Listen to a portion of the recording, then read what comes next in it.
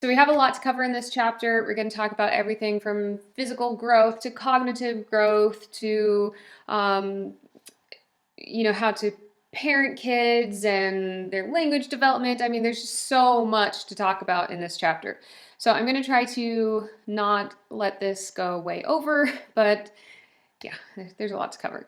So let's start by talking about the physical growth of a child. So early childhood, we're looking at ages 3 to 6, and the pace of physical development slows dramatically in childhood compared to the infant years. From 3 to 6, the typical American child is putting on about 5 to 7 pounds a year, growing around 2 to 7 inches per year, and they are gaining more in weight than height during this time, and it is mostly muscle rather than the cute little fat rolls of infancy.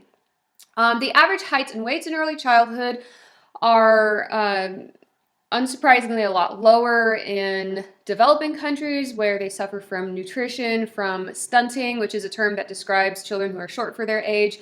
And stunting can have a lot of serious long-term effects on physical and cognitive development. In developing countries, socioeconomic differences impact early childhood health issues, nutrition, and so on more than genetics. So race, heritage, how tall your parents are. In a developing country, those things don't matter nearly as much as whether you are rich or poor.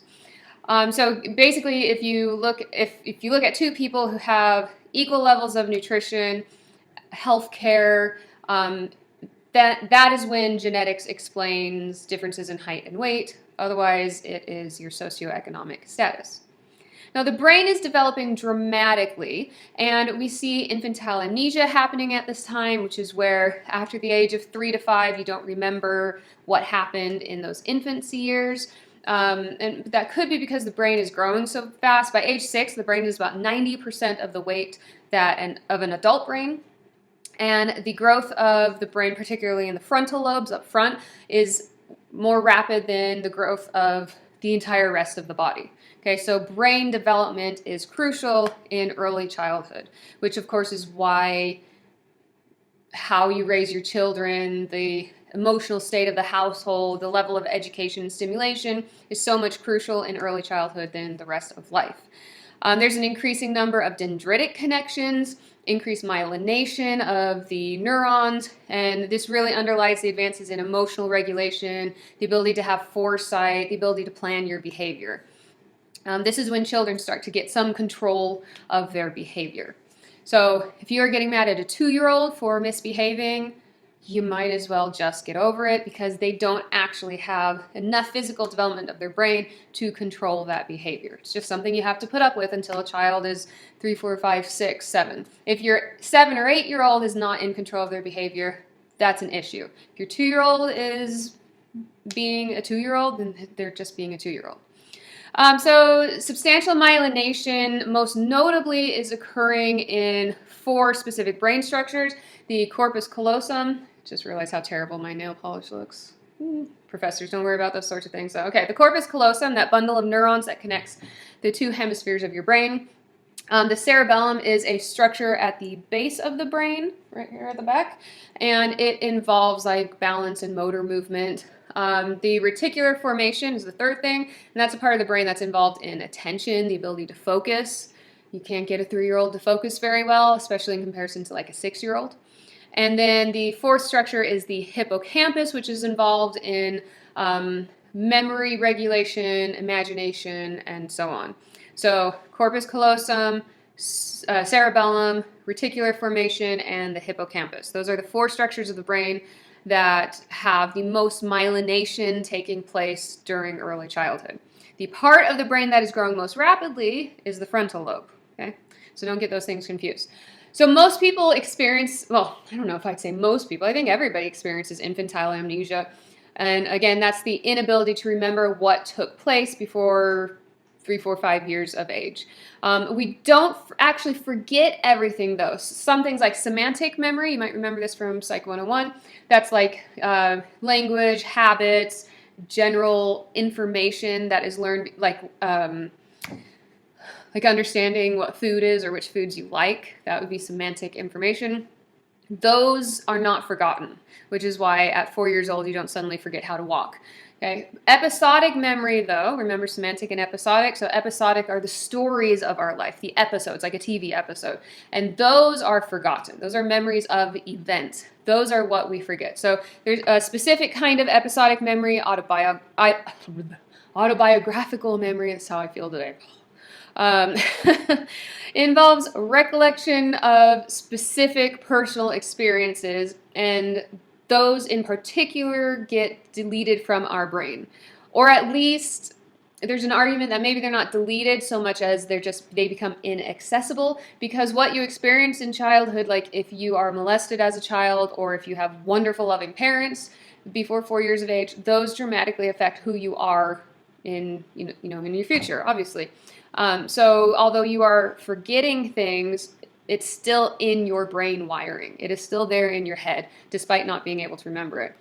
So there's different theories about the cause of infantile amnesia, but apparently most researchers agree that it's partly due to the immaturity of the hippocampus, which is that structure of your brain that helps to facilitate memory. And that is very immature and unmyelinated in infancy and toddlerhood. And then, of course, that myelination happens in early childhood, 4, 5, 6 years old, and then you're able to remember things better. So the hippocampus is not a memory structure, but it aids in the ability to remember things. Some research also suggests that traumatic events before the ages of 4 or 5 could actually be recalled. And there are stories of, children remembering, a murder that happened in front of them at 1.5 years of age. So because traumatic events are so easily programmed into our brain, our memory structures, that may be why trauma is recalled more easily, unfortunately. It'd be nice if happy events were more easily recalled, but it's not the way it is, because you need to remember the bad things in order to survive. Right? Our brain is all about survival, not about making you happy. Again, unfortunately. So some other research suggests, on the other hand, that the greater the cultural individualism, the more recall there is of personal experiences. So as Americans, we're a very individualistic culture, and therefore we may actually have lower rates of infantile amnesia than collectivistic cultures such as China. Okay, so culture definitely plays a large role in what we remember. All right, so motor development. Obviously, this is a big issue when we're dealing with toddlers in early childhood, kids learning to cut with scissors and to handle knives appropriately and so on. In America, because we are so insanely overprotective of our children, we don't allow them to develop these skills, and a lot of children are very far behind other cultures. And in the less developed countries, children develop their motor skills a lot faster than the average American child, because you go to a tribe in the rainforest and they're letting their 1-year-old play with a machete, and if the kid cuts themselves, then their attitude is, well, he'll learn not to do that again. Or they toddle to the fire, and the parent might say, no, or as this one book I read said, they give a disapproving sound. And then if the child ignores them, well, then they deserve to get burned, and they'll learn to stay away from fire. And so that's just their attitude. Whereas here, I was reading in the same book, there was a journalist who came over from, I think, Korea, and she said how shocked she was when she was interviewing like an elementary school, and a 9-year-old asked her if she would cut his food because he's not allowed to use a knife, not even a butter knife, which is, in my opinion, is totally ridiculous. But I'm a firm proponent of like 1980s style child rearing. Just let your kids go play. Let them climb a 50-foot tree, whatever. They'll be fine. If they break an arm, it'll develop character. Okay, so in early childhood, gross motor skills. So remember, gross is like the larger things, like the ability to grab your phone, whereas fine motor movements is the ability to manipulate small objects, or to do like the pinching motion and pick up a piece of paper. And yes, these are unicorn stickers that I was immaturely decorating my computer with. I don't know, something's wrong with me. All right, so children become faster, they become more agile, they become stronger during these years. Obviously, early childhood sees improvements in like running speed, the ability to start and stop suddenly, the ability to quickly change directions. So they become little athletes. And again, we so wrap our children up in toilet paper and bubble wrap that we don't allow them to use these physical skills. Like American children on average are so out of shape compared to, children in America a generation or 5 generations ago. Even comparing like playgrounds back in the early to mid 1900s versus playgrounds now, it's just like pathetic what little expectations we have of our child's physical skills. Okay, so fine motor skills are also being refined. That's like the using scissors to cut things, to cut food, to dress themselves, being able to use buttons or a zipper. That's a fine motor skill. To brush their own teeth. These fine motor movements become more precise and more stable. We also see handedness, so right or left-handedness. In early childhood, we see a clear preference for one or the other, unless they're ambidextrous, of course.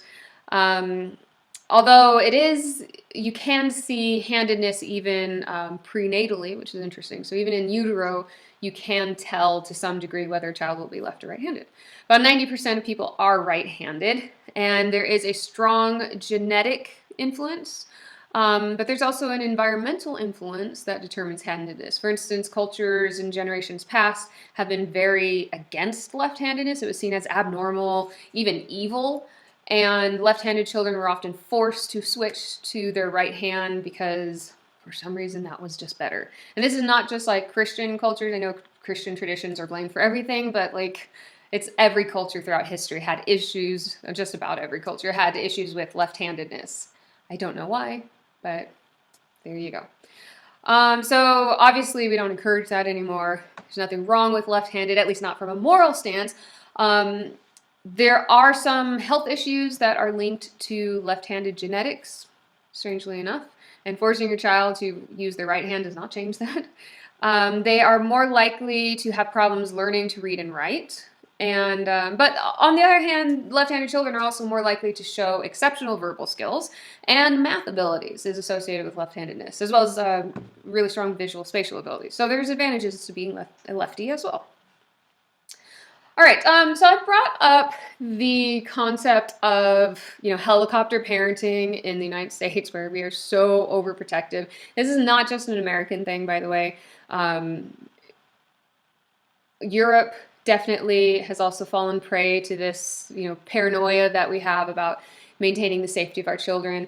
I will post a video online for you guys where you can see this really cool idea in Denmark and other Scandinavian countries where they have what's called a forest kindergarten, where kids play outside all day in kindergarten, climb trees and jump off of logs and all these things that we're too scared to let our children do. But even that is changing in Denmark and in other areas of Scandinavia. Rules are becoming much more strict, and some of these schools have even been shut down because of fear of lawsuits and so on, which is really unfortunate in my opinion.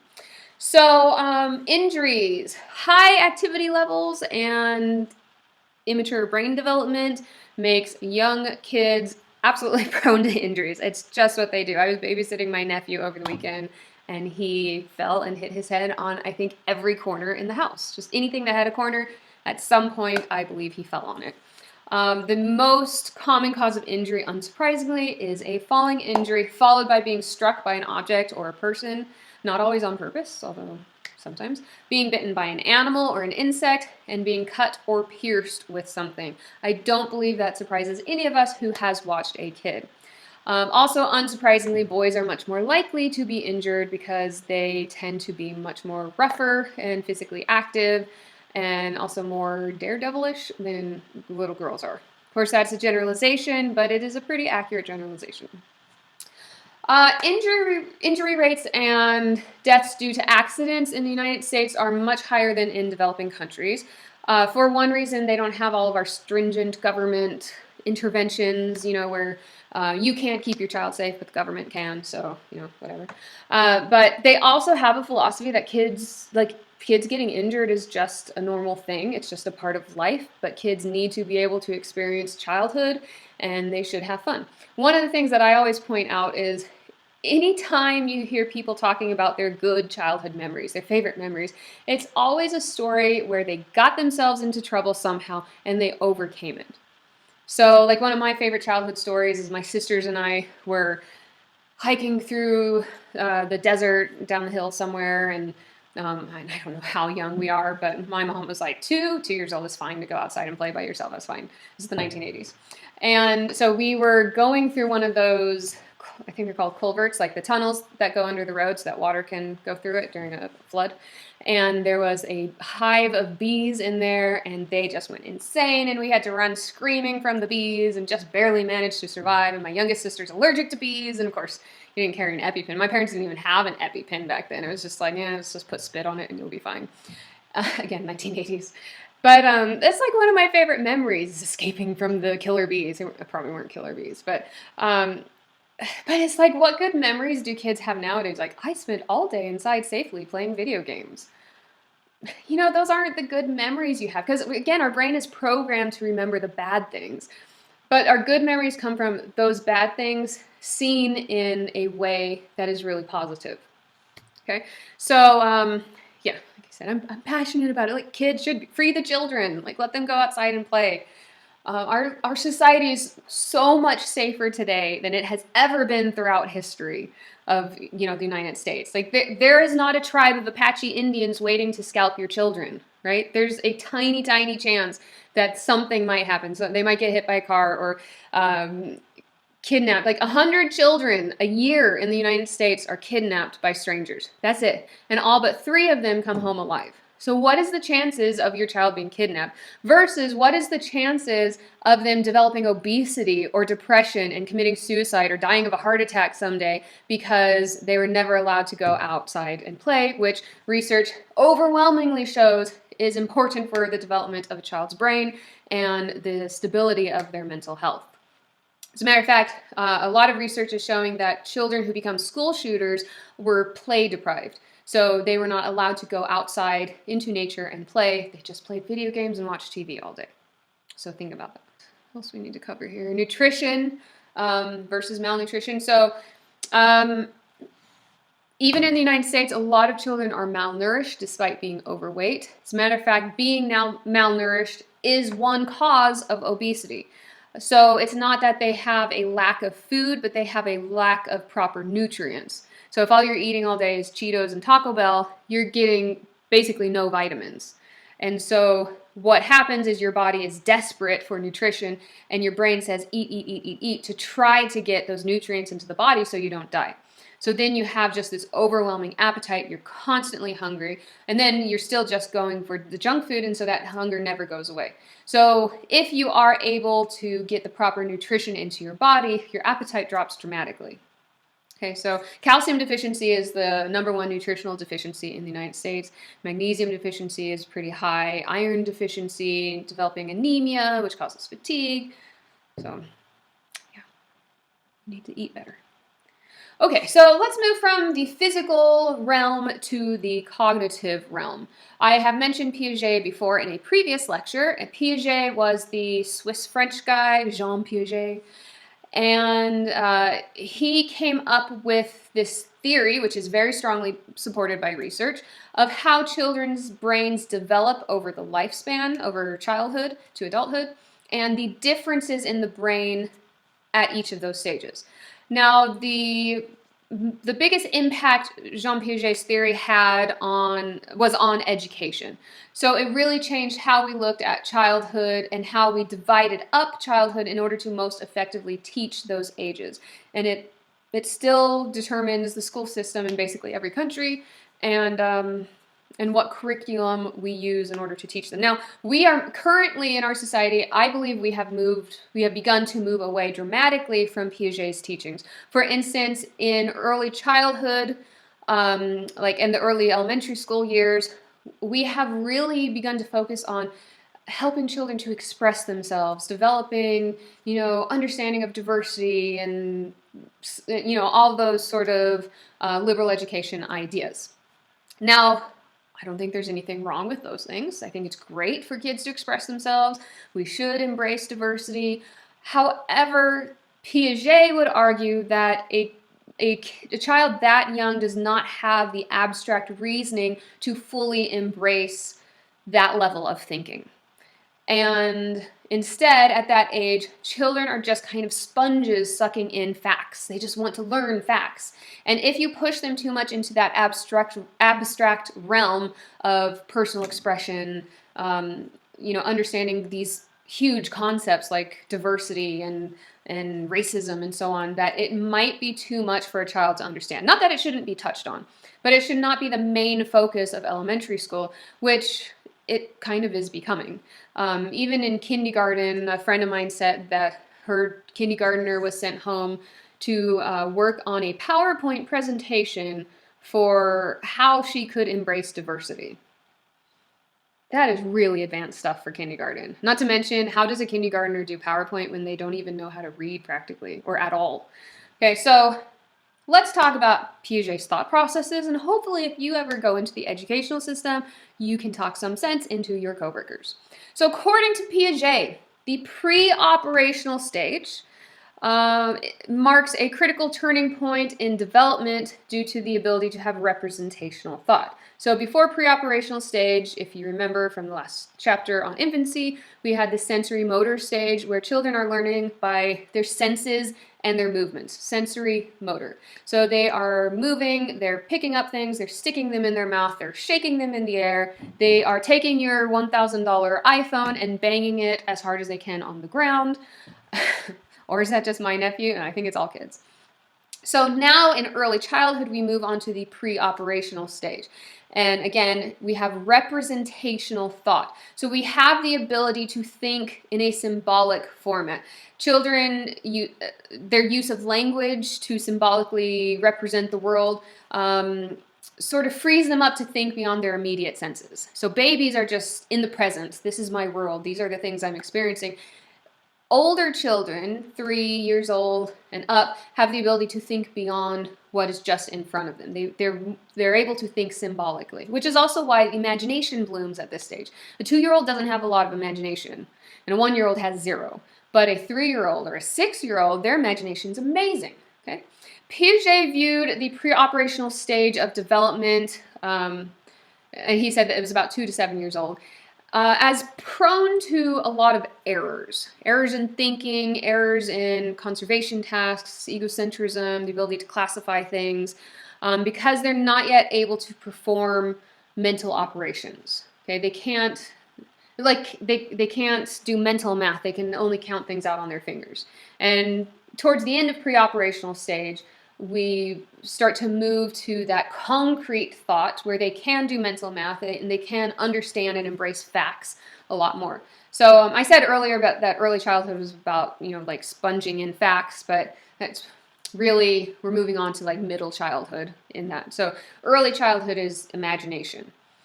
And so like schools like the Waldorf school system, which is it's an amazing type of school, a little bit weird and hippie, but also amazing. And at this age, like preschool, kindergarten, it's all about imagination and fairy tales. And that's how they teach kids.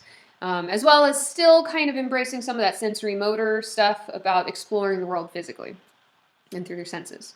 All right, so let's talk about some of these terms I just mentioned. So conservation is the principle that the amount of a physical substance remains the same, even if its physical appearance changes. So you take, this liquid, can you see that through the bottle? Okay, so there's about that much liquid in here. If I pour this into a bowl, the appearance of the liquid changes. It's no longer that tall. It's no longer that wide. It's now in a bowl. But you and I would say, well, of course it's the same amount of liquid because you literally poured it from here into there. How could it be any different?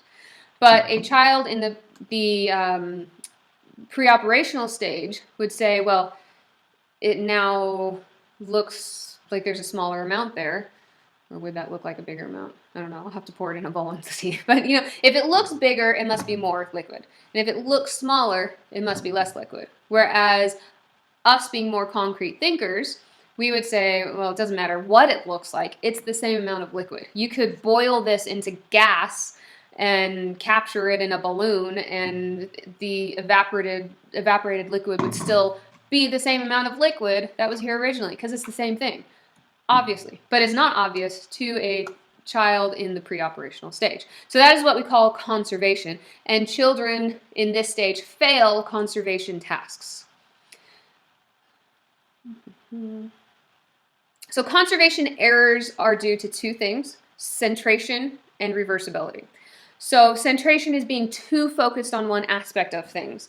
It was that tall of an amount of liquid, but in the bowl it's only now that tall, so therefore it is less liquid.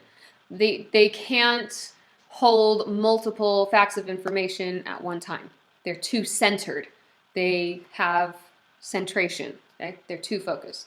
Then they have lack of reversibility, which is the inability to mentally reverse an action. So I know, and you know, if you pour this liquid into a bowl, you could then take that bowl and pour it back in here, and you would have the same amount. That's reversibility. But they can't think that way. They think it's now become a completely different substance. Another thing I mentioned was egocentrism. You know what that is. It's the inability to, actually, you probably think of it as like you think highly of yourself. You're arrogant. Babies are not arrogant. Children are not arrogant, but they are egocentric. They are focused on themselves. They have an inability to distinguish between their perspective and another person's perspective. So I'm going to show you a video of the mountain task. So you have a mountain in front of you, and there's things on either side of the diorama. The child will believe that you see what they see on this side of the mountain, despite the fact that the mountain is blocking your view. That is egocentrism. Another part of egocentrism is also what we call animism, which is where we tend to attribute human thoughts and feelings to inanimate objects. It's one aspect of egocentrism. Piaget believed that we eventually moved out of this stage. I'm not sure everybody does, because I know a lot of people who are still very egocentric, and I have a livestock ranch, and I can tell you that people are still strongly hold on to the thought of animism, where animals have human thoughts and feelings. So for instance, on Facebook, I saw this video of this pig had died, and the other pig was grieving over the death of his friend. And they had like flowers all around the dead pig. It was just... and I raise pigs. And when I first started raising animals, and I had to butcher my first pig because we raise them for meat that we eat for ourselves.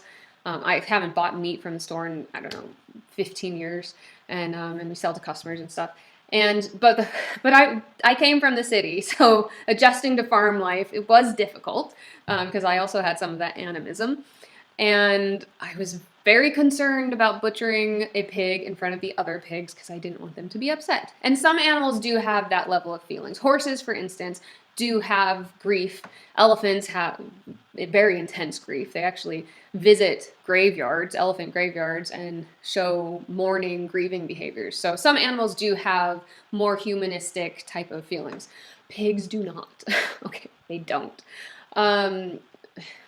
The butcher was like, I promise you, don't worry about it. And so he butchered this pig in front of the other ones, and what he does, and I'm sorry if you're sensitive and this triggers you, but so he just shoots them in the head, so it's just like, it's immediate, there's no pain. They're just happily eating, and then they fall over. And then because you can't leave the meat, or the blood in the body because it taints the meat, so you have to immediately get the blood out, so and the pig bleeds because the heart is still beating, even though the pig is dead.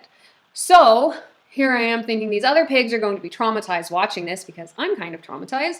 And instead, the other pigs come over and start drinking the blood as the pig is dying in his death throes. And then another pig is coming over and trying to mate with the dead pig. And I'm like, these pigs have no empathy. So if you see something like that on Facebook, do not give in to animism, because pigs do not feel the way we feel. Okay. Soapbox rant over. Then children also have classification errors, because children have difficulty understanding that objects can be simultaneously part of more than one class or group. So for instance, one experiment was done with drawing blue and yellow flowers, and I'll have to show you a video of this because it's easier to watch than explain, but they were told to put a blue flower in the blue box, and they were able to do that. But then they did another experiment where they said, ignore the color and just classify whether it's like a flower or a leaf, and they still would put the flower in the blue box because that's what they were told to do first. And their brain just couldn't understand the multiple classifications, and it couldn't shift between different classifications. But I'll show you a video of that so it makes more sense.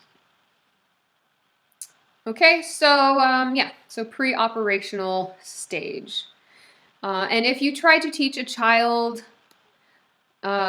beyond their stage, then good luck to you.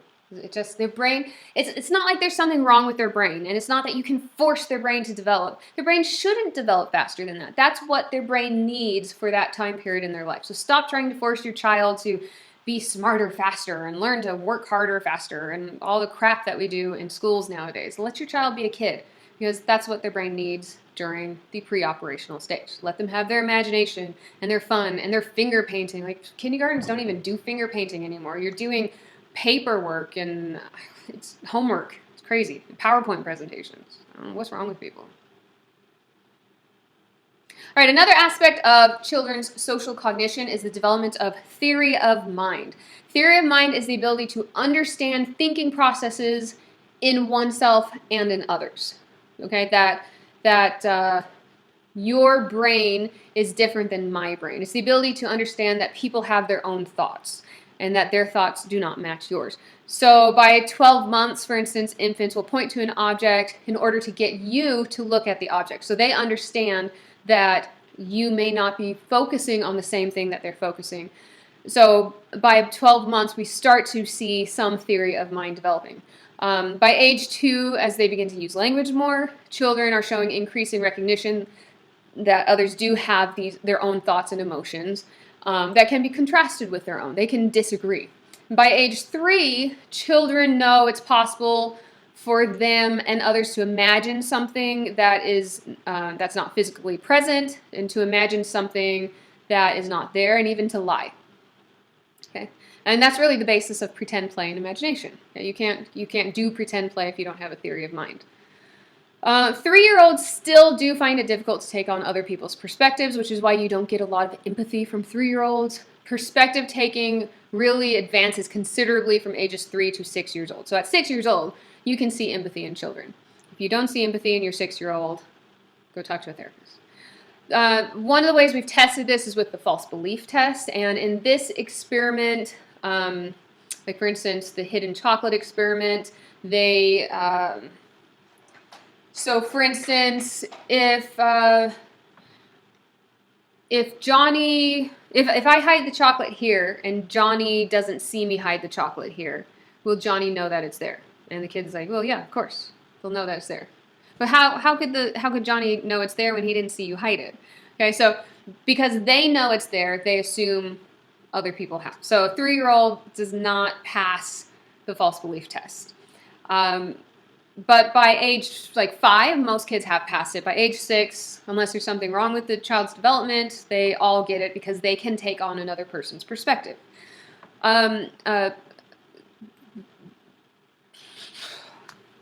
Hate when I try to say something and it just won't come out. Drink something.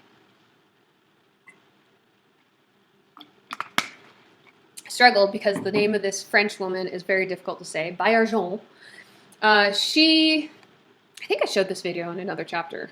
Maybe it was for another class. I don't remember. But she used what she called violation of expectation tasks in order to test, in order to do a false belief test with toddlers. So she believed that kids could understand like object permanence and so on a lot earlier than, I'm positive I put this in the last chapter. Anyhow.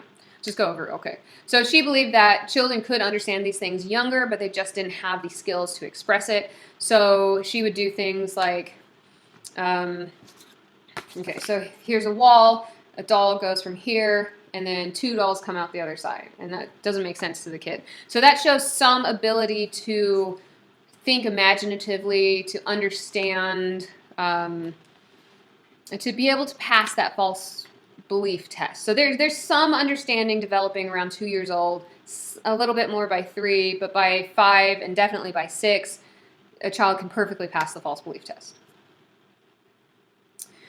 All right, but obviously there's debate about when exactly that theory of mind develops, and I would say probably it's based on how much life experience the child is getting. Okay, if your kid is really sheltered, if they're kind of neglected, or they don't get a lot of stimulation, then I would imagine that would delay the development of theory of mind. If you're not talking to your kid, if you're not interacting. Now, Piaget likes to just focus on the physical aspect of children's brain development. Vygotsky focused on the sociocultural aspect. Cannot talk today. Culture affects your child's brain development dramatically. So biology gives a foundation. Everything is programmed to bloom and grow and develop in these certain stages, but culture determines how quickly we go through those stages, how effectively we go through those stages. Can I quit? Do you guys all want to just take this week off and take a nap? Because I think that would be a great idea. Let's just nap for the rest of the week. Okay. Vygotsky's sociocultural theory of learning views cognitive development as a social and cultural process via environmental interactions. So how children interact with the world around them, the guided participation they get from adults, how much you talk to your child dramatically affects the way their brain development develops. You want a smart kid, talk to them, and not just baby talk, although there's nothing wrong with it, but also just talk to them like they're a normal person. Carry them around in a sling and explain to them everything you're doing. Mom's getting a spatula out of the drawer now, and we're going to cook food and whatever, okay? That makes such a difference in their brain development. In traditional developing countries, this is how it is. Like, the family facilitates cultural learning. By 5 to 6 years of age, or even earlier, children are learning skills that help the family to function, help the village to function, and much of it is through direct instruction, and much of it is also through observation of the adult, and all of it is then finalized through pretend play. Okay, children learn through play. You have to let them play. And this is unsupervised play. This is not being put onto a sports team where you can safely watch your child the entire time. This is just regular play that children should be doing. Okay, I will do mommy shaming here. You are going to screw up your child if you don't allow them to play. I don't know why this is even questioned in our culture, in westernized culture. It is necessary for the proper development of any mammal, whether it's a baby lion or a baby rabbit or a baby human. They have to play in order to develop appropriately. And play does not mean you have eagle eyes on them, watching them every second of the day in an organized activity that is adult guided. Just let your kids go and play. If you're scared, let them go into the backyard. If you don't have a backyard, take them to the park and keep an eye on them, but let them play and be children. All right. So in developing countries, formal schooling begins about age 7, which is according to Piaget's theory of development, because now you're moving into the concrete operational stage, which is all about learning and the joy of gaining facts, which schools like to suck out of you and until you have no interest in learning anymore. I'm sorry they did that to you. Any teacher who sucks the joy of learning from a child should just be beaten with a wet noodle. Okay. In developing countries, on the other hand, about 85% of children on average, depends on the country, but on average, go to some sort of structured learning environment. Half of American states funds preschool programs for the younger kids, but Americans aren't that into preschool, and preschool participation really does lag behind the other developed countries. And I think this is becoming worse as preschool and kindergarten becomes so much more structured and less child-friendly, which is a saying that doesn't even make sense in relation to preschool and kindergarten. Now, preschool quality makes a big difference, and that's what I'm saying that Americans do not like. I think if we had forest kindergartens like Denmark, we would be all gung-ho about preschool. I know I would, but as it is, I do not plan on sending my child to preschool because it's the high desert. So the quality makes a substantial difference in how preschools affect children, which does not surprise any of us. But what makes a high-quality preschool is obviously the educational curriculum, the training of the teachers. Not all teachers are trained at preschools and kindergartens, especially private ones. Obviously, the smaller the class size, the better. The smaller the child-to-teacher ratio, the better. And the age-appropriate materials and activities. So if you are giving your kindergartner a PowerPoint presentation to do on embracing diversity, that is not child-appropriate. Now, you could give a kindergartner a task on, drawing a you could read a book about I don't know, an African American woman who did a wonderful thing, and then you could have the child draw a picture that expressed how wonderful it is of what this person did. Okay, that is a child appropriate task that also teaches children to embrace diversity. Okay, but do you see the difference in the amount of brain power that takes versus, and the type of brain power that takes versus a PowerPoint presentation? Okay, I hope you see that. So a quality program, according to the research, the preschools that do the best, that have children who come out with the highest IQ differences, the ones that come out the most socially adjusted, are, pay attention, the ones that offer unstructured play. That is the biggest predictor of preschool success for children, okay? Unstructured play, which means your kid is going into the backyard or onto the playground or wherever. If it was my family, just out into the neighborhood, despite being next to San Bernardino, which at the time was the murder capital of the world, but whatever, 1980s. And just letting your kid play and be a kid, not trying to force them to do anything, not structuring it for them, and allowing them to just do what they want to do. Okay? That is the biggest predictor of success, of advancing your child in the preschool age years.